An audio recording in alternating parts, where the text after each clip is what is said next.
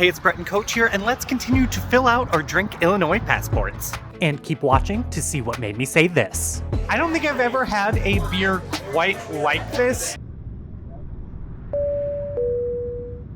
So our first stop of the day is Hop District Community Brewing out in the Grange/Brookfield area. And this is just stop 1 out of 5 today. So it's a little bit of a marathon. Gonna go with tasters 4 today. This is Tentacle Tantrum, a hazy IPA coming in at 7.5%. A good hoppy flavor without being overbearingly bitter. It's pretty smooth for what it is. I'm not the biggest IPA person, but I really enjoy this. I'd probably give it a 7.5, so it's a good start for them for sure. For my other option, I went for Thick Thighs and Luscious Eyes, which this comes in at 14.5% on the boozier side. It's actually celebrating their 3rd anniversary with coconut and cacao nibs. Ooh, it smells thick and rich and like full-bodied. That coconut flavor comes through very well. Chocolatey on the end. If an Almond Joy was in a beer, it's not too thick that it's not palatable, but it's not thin. It hits a really nice balance of the two. This is a really good stout, especially for their 3rd year anniversary. I think that they know what they're doing for their stouts and IPAs. So for the Thick Thighs and Luscious Eyes, I think I would give it a 9. It is that good.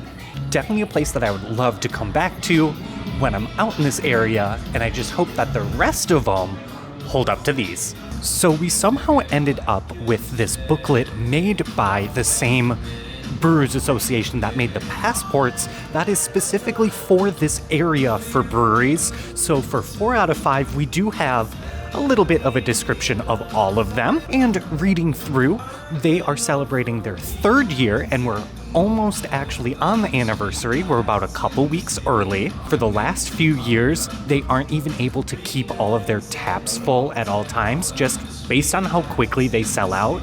So everything is constantly in rotation. They don't have food here specifically, but you are able to scan a QR code and you can order pizza from the restaurant next door. We wrapped up our first stop. Now we're off to Money Brewing, which is only a few minute drive away.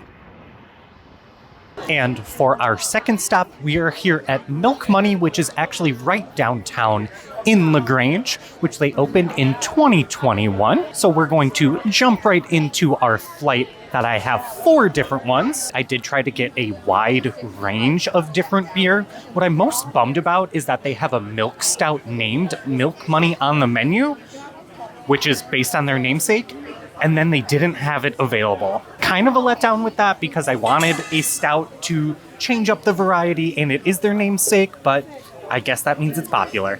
Starting with is Vibrant, which is a hazy IPA. Smells like an IPA, a little hoppy, a little floral. It's very palatable for a lot of people. It's not overly bitter. I would say it's an everyman's IPA. It's not overbearing on anything, but with that, it doesn't have the biggest flavors. It is nice and cold, so it would be perfect for a summer's day or on the patio. I'd give it a 6.5. And then this is Blarney Girl, which is a red ale. Has a little bit of sweetness, a little bit maltiness on the nose. It's a little watery. I don't think it has the punch that I expected from a red ale. A twinge of sweetness, a twinge of malt, but nothing too in-depth. I'd probably give it a 5. It's not bad by any means, just I'm not really picking up a whole lot. And then thirdly is Pet Parade Shandy, which is a lemon summer shandy. A little tartness on the nose, but not a whole lot. Slightly sweet, slightly lemonade-y. I wish it was a little bit more sour in your face. Very chuggable though. I'd probably give this a 6.5 overall. And then last up in our flight is Into the Fray, which is an American Pale Ale. It gives me hotel lobby vibes for some reason. Like if you're in a hotel lounge, this is the beer you would order. It has that little bitterness on the back end of it. Slightly floral, a little bit darker than a normal like IPA flavor. Again, it is an APA. I do think it is growing on me the more I do have it. I would probably order another one of these, or if I were to order a full pour, I think it would be this one. with that, I think I would give it a 7.5. So that was my quick review of Milk Money Brewing, just because it is a full restaurant as well. We only got drinks, and it seems to be very popular, especially today on Saturday. So that's going to wrap up here until we head to our next spot, and we did grab our sticker for our passports. Place number 3, let's go. To start off, this is Crank It Dank, which is a West Coast style IPA, which it comes in at 7%. Very much beer flavored beer, very typical straightforward IPA. A good balance between the bitter and the floral. I don't mind it. I don't think it's anything mind-blowing. I'd probably give it a 6 out of 10. And then this is Roundabout, which is a hybrid pale ale coming in at 5.4%. A lot lighter, a little bit sweeter than the IPA, has a little bit bitterness on the end. I also would think that's a beer that pleases a lot of people. Easy drinking, I'd probably give it a 6. Nothing too grand or special for me. So I am getting 2 5-ounce pours of their beer. This is the Raspberry Blanc, which is a Berliner Weiss, which is coming in at 4.5%. Nice and tart, crisp, smooth, hits your spit glands just right, good berry flavor to it. Love the color. I don't know if I could drink more than just this, but I think this has been the favorite thing that I've had here so far. I'd give this an 8.5 personally. And then this is the Bourbon Barrel Aged Cherry Ruby, which comes in at 8%. On the thicker side, I don't know if I'm picking up the cherry flavor a whole lot. A solid aftertaste of like mocha chocolatey coffee. Do I think it's mind-blowing? No. Do I think it's inventive? Not necessarily, but it is very solid for what it is. I'd probably give this a 7.5. This is Double D's Pecan Rum Cake coming in at 11%. Maybe more of a sprint than a marathon today. I think it has a pretty strong rum flavor to it. It does have that earthy nuttiness as well. It is not as thick as the previous one, but it definitely has a pretty solid bite to it. I'd probably give that a 7.5. So we are wrapping up here at Imperial Oak, and then we're going to head to BuckleDown Brewing for our 4th stop on our little beer tour. So here at BuckleDown, I opted for a flight of 4. First up is Belt, which is an IPA coming in at 7%. Clean, a little bit of that bitter floral finish to it. I'd probably give it a 6. Pretty light in color, pretty standard. It is what it is. Next up is Pet Parade Shandy coming in at 4.5%. I believe that Milk Money had a very similarly named Shandy, so I wonder if it is just a coincidence or if it is something else going on. I would say this one is a bit better, has a stronger lemon flavor to it. Pretty clean drinking. It still drinks closer to a lemonade than a beer. Overall, I'd give it a 7.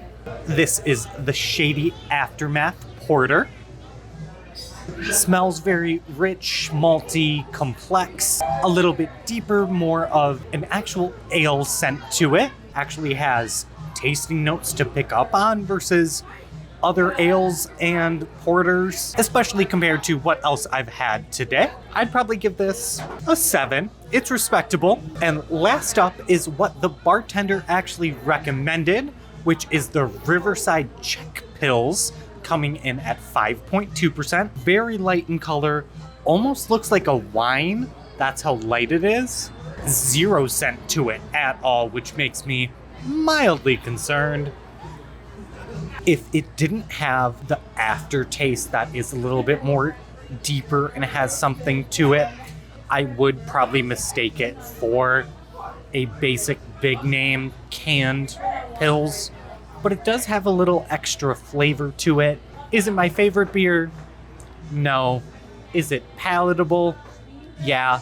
If someone handed it to me at a party for a free drink, not gonna complain. Sippable, chuggable, not very remarkable, but I'd give it a 5.5.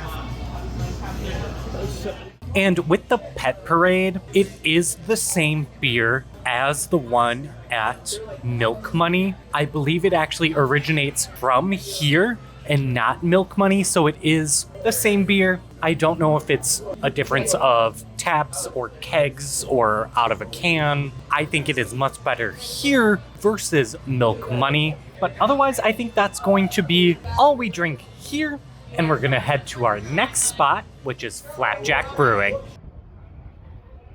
Here at Flapjack Brewing, this is the Phantasmo, which is a vanilla cream ale coming in at 6%. We are waiting for food, so it might be a little bit of a wait until we get a table, but we also did get the glasses for the passport after looking at many different places, so that means we get an extra stamp and an extra entrance to a raffle for $50 to whatever brewery we choose. But let's get into the beer. It's simple, has a good vanilla flavor to it without being overpowering or too desserty. Very smooth, nice creaminess to it, and I'd give it a 7. This is Tommy O' Two Legs, which is a hoppy Irish red ale, which comes in at 5.25% for ABV. It has almost like an earthy, weedy, gamey flavor to it. That's not a negative by any means. It's very grassy for a red ale. I don't think I've ever had a beer quite like this. I would probably give it a 7.5. It's probably the most unique red ale I've had in a while. This has been Brett and Coach with part 2 of my Passport series. If you like this video, consider hitting the like button, subscribe down below, as well as leaving a comment. Otherwise, I will see you next time in Coach.